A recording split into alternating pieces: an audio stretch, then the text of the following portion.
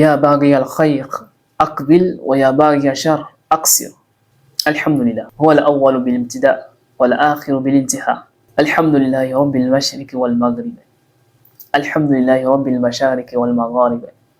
Alhamdulillahi rabbil mashriqayn wa rabbil maghribayn. Thumma salatan wa salaman على أشرف المرسلين نبينا محمد وعلى آله وأصحابه ومن تبعهم بإحسان إلى يوم الدين ثم أما بعد. Que la paix et la miséricorde d'Allah Azza wa Jalla soient sur le prophète Muhammad sallallahu alayhi wa sallam, sur sa noble famille, sur sa noble compagnon, et sur ceux qui aborderont le pas jusqu'au jour de la résurrection. Allahumma amin. Nous disons alhamdulillah subhanahu wa ta'ala pour ses méfaits à notre endroit. Nous disons alhamdulillah Azza wa Jalla de nous avoir fait naître des musulmans croyants. Nous disons alhamdulillah subhanahu wa ta'ala de nous avoir compté parmi la communauté du juste milieu. Le prophète sallallahu alayhi wa sallam nous dit kullu ummati yadkhuluna al-jannah illa man aba. Le prophète sallallahu alayhi wa sallam nous dit à travers ce hadith que toute sa communauté rentrera, seront des habitants du paradis sauf celui qui refuse. Et là les compagnons du prophète sallallahu alayhi wa sallam posent la question, qu'ils essaient de savoir, mais comment est-ce que une personne de sa communauté va refuser rentrer ou bien de rentrer au paradis? Là le prophète sallallahu alayhi wa sallam clarifie ce point en disant ceci: Man ata'ani dakhala al-jannah. Toute personne qui suit, qui emboîte mes pas, sera des habitants du paradis, entrera au paradis. Et toute personne qui me désobéisse n'entrera pas au paradis ou sera des habitants de l'enfer. Allah Azza wa Jalla nous en préserve. Ya baghi al-khayr aqbil. Oh toi qui veux le bien, oh toi qui veux multiplier les bonnes actions, avance. Oh ya baghi al-shar aqsir. Toi qui veux le mal, recule. Ceci pour dire, nous venons de terminer les premiers 10 jours du mois de Ramadan. Quel est le feedback que tu fais à ta propre personne? Quelle est l'introspection que tu as fait pour ces 10 jours qui viennent de terminer? Est-ce que tu as profité de la meilleure des manières? Car nous sommes dans un mois où le Coran a été révélé. Est-ce que vous avez lu? Est-ce que tu as lu le Coran comme il se doit durant ce mois, ces 10 premiers jours, autant pour moi, du mois de Ramadan? Penses-tu avoir lu le Coran suffisamment comme le faisait le prophète sallallahu alayhi wa sallam, comme le faisaient les Sahaba, comme le faisaient les tabi'in? Penses-tu vraiment? Nous sommes dans un mois où nous sommes appelés à faire quoi? À soutenir, à nourrir ceux qui sont dans le besoin. Kana Rasulullah sallallahu alayhi wa sallam ajwad an-nas wa ajwad ma yakunu fi Ramadan. Le prophète sallallahu alayhi wa sallam est le plus généreux des personnes et il était plus généreux durant le mois de Ramadan. Penses-tu avoir soutenu ceux qui sont dans le besoin comme il se doit? Penses-tu avoir tendu la main comme il se doit? Al-yad al-ulya khayru min yad al-sufla. La main qui se tend, la main qui donne est meilleure que la main qui reçoit. Penses-tu avoir dépensé dans le chantier, ou sur le chantier d'Allah Azza wa Jalla, comme il se doit, durant les 10 premiers jours du mois de Ramadan? Nous sommes en plein milieu des 10 milieux jours du mois de Ramadan, si on peut le dire ainsi. Nous avons 10 premiers jours du mois de Ramadan, les 10 milieux jours du mois de Ramadan et les 10 derniers jours du mois de Ramadan. Nous venons de terminer les 10 premiers jours du mois de Ramadan. Il est important pour nous de faire l'introspection sur ces 10 jours, de faire un feedback à notre propre personne sur ces 10 jours qui viennent de passer. Avant de profiter comme il se doit de ces 10 jours.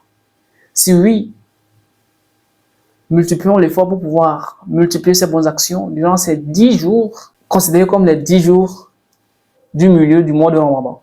Et si c'est le contraire là, faisons l'effort en multipliant les bonnes actions, que ce soit la lecture du Coran, que ce soit le fait de visiter la famille, que ce soit le fait de tendre la main, de soutenir ceux qui ont besoin, d'accorder ton temps. Telle était la sunna de sallallahu alayhi wa sallam. Et là, pour pouvoir permettre à ce que vous puissiez faire cette introspection, nous allons terminer avec ce hadith.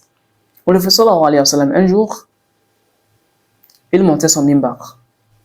Et là, les sahaba attendent le prophète sallallahu alayhi wa sallam dire ceci. Amin, Amin, Amin. Car l'escalier du mimbar du prophète sallallahu alayhi wa sallam, c'est à 3 niveaux.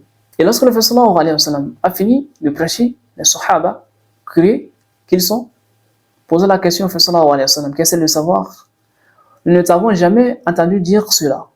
Nous ne t'avons jamais vu faire cela. Lorsque vous étiez en train de monter votre mimbar ou le mimbar, vous avez fait mention de Amin à 3 reprises. Et là, le prophète sallallahu alayhi wa sallam informe les sahaba en ces termes.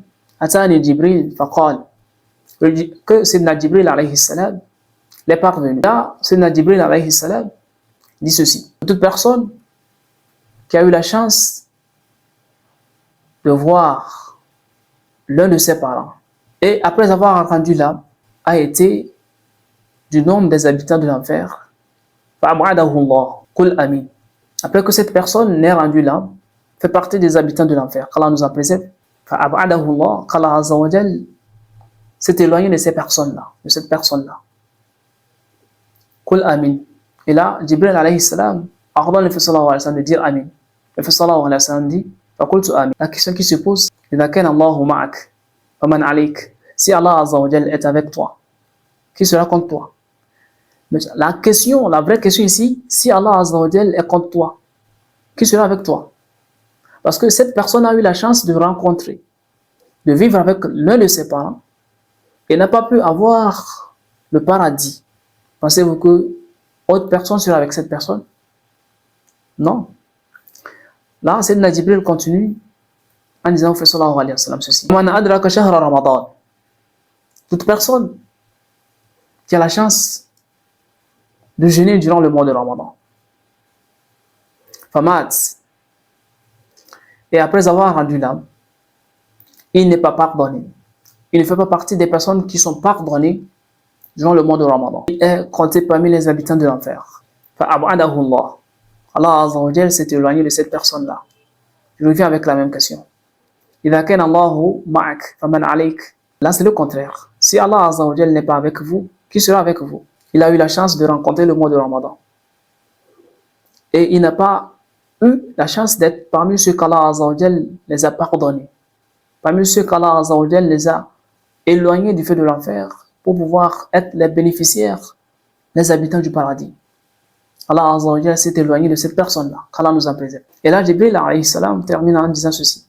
Toute personne dont on fait mention de ton nom, sallallahu alayhi wa sallam, et cette personne n'a pas prié sur toi, c'est-à-dire il fait allusion au fait sallallahu alayhi wa sallam.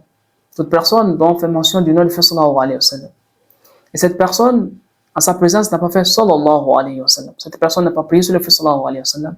Car Allah Azza wa Jalla nous dit Inna Allah wa malaikatahu yusalluna ala al-nabi ya ayyuhalladhina amanu sallu alayhi wa sallimu taslima.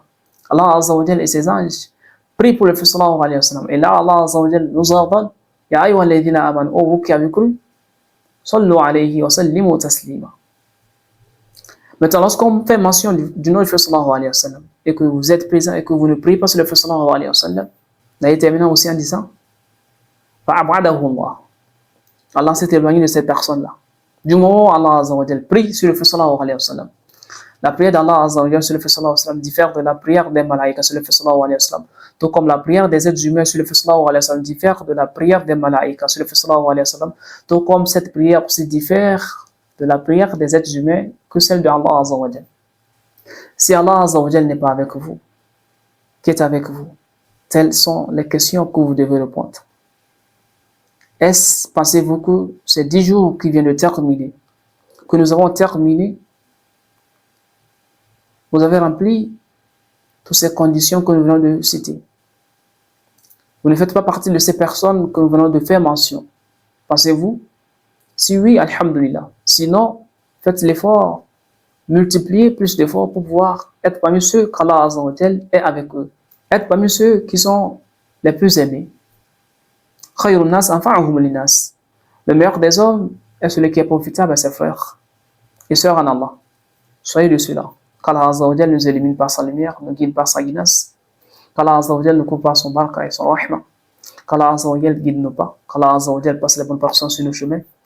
qu'Allah Azza wa Jal nous accorde la santé, accorde la santé à nos malades, qu'Allah Azza wa Jal accepte nos doigts durant ce mois béni, qu'Allah Azza wa Jal exauce nos invocations, qu'Allah Azza wa Jal accepte nos offrandes, qu'Allah Azza wa Jal nous illumine par son nour durant ce mois béni, qu'Allah Azza wa Jal nous accorde la santé à nos malades, qu'Allah Azza wa Jal fasse miséricorde à nos morts. De ce, prenez bien soin de vous, qu'Allah Azza wa Jal veille sur nous tous, et soyez pas les bien-aimés autant pour moi d'Allah Azza wa Jal. Wassalamu alaikum wa rahmatullah.